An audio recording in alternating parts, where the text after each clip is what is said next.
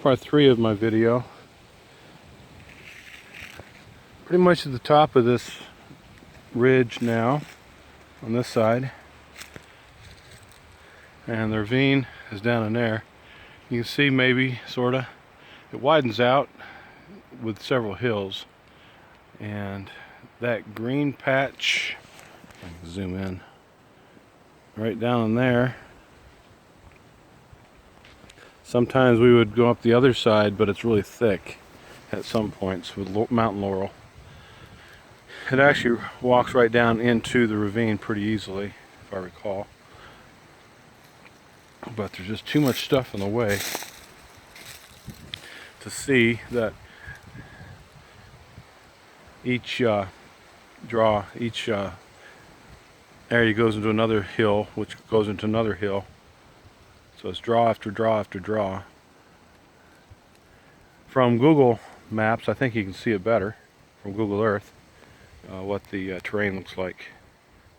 But it's Wardensville, Squirrel Gap, about 6 miles back, and it's Ellis Hollow.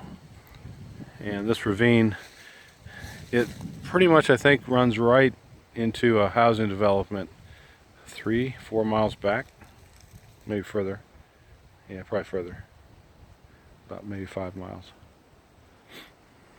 But there's another ridge that runs pretty much southwest. I think all these ridges, for the most part, are southwest, northeast run. We're getting ready to burn this area. I think someone said this is called actually Buck Mountain. Years past, I think deer have really been plentiful, more so than what they are now. A lot more.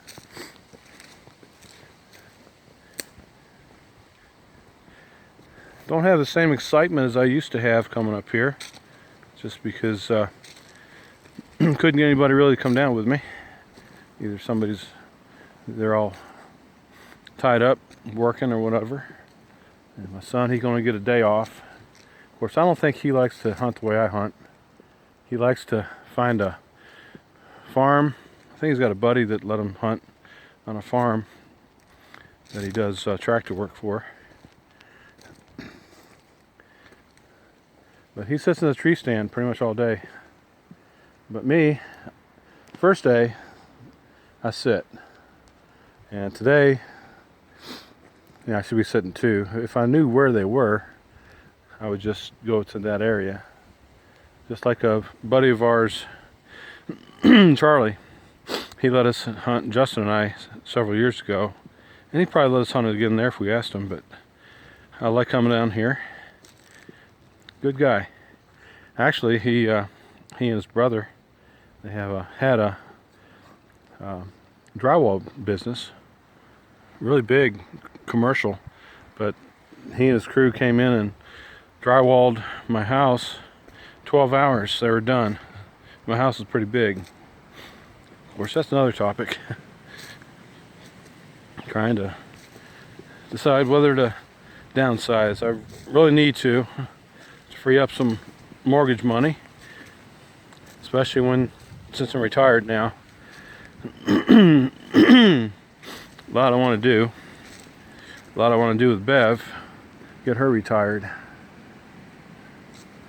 But you can kind of see here, but this is pretty steep. This part, it goes pretty steep down still. It'll go a ways like that and then drop right off. So you gotta be careful. A lot of these places will just have cliff drop-offs. But here, I think pretty much it's all, on this side, it's all just really steep mountain terrain.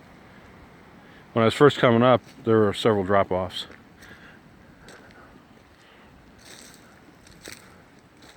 So yeah, I want to get Bev retired so she can start doing some stuff with me, or whatever she wants to do. So in order to do that, you got to downsize, reduce some cost.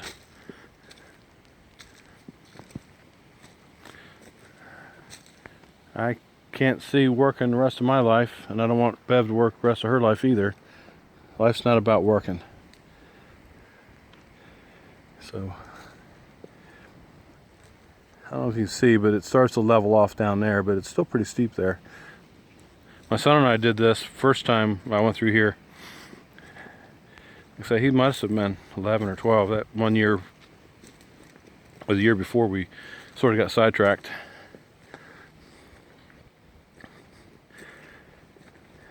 It was pretty steep.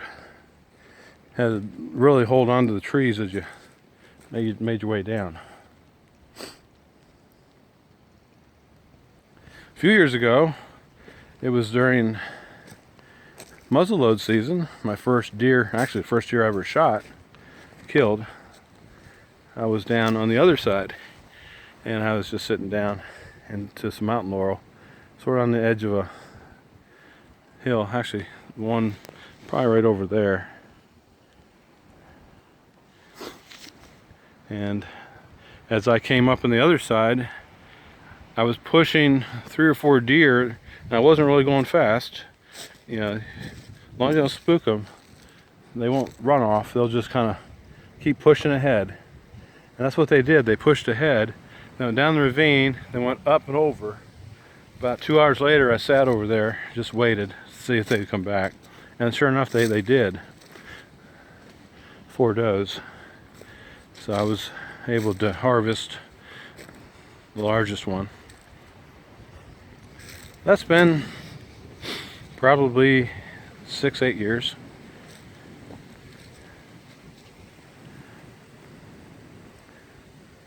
Single shot muzzleloader right through the neck. And that fed us that winter. I mean, we supplemented other food, obviously. But that was probably about 55 pounds of meat that I butchered out myself, deboned. So that's a pretty good sized deer. Well, this is where it sort of levels out. And I will probably take my stand, sit over here somewhere.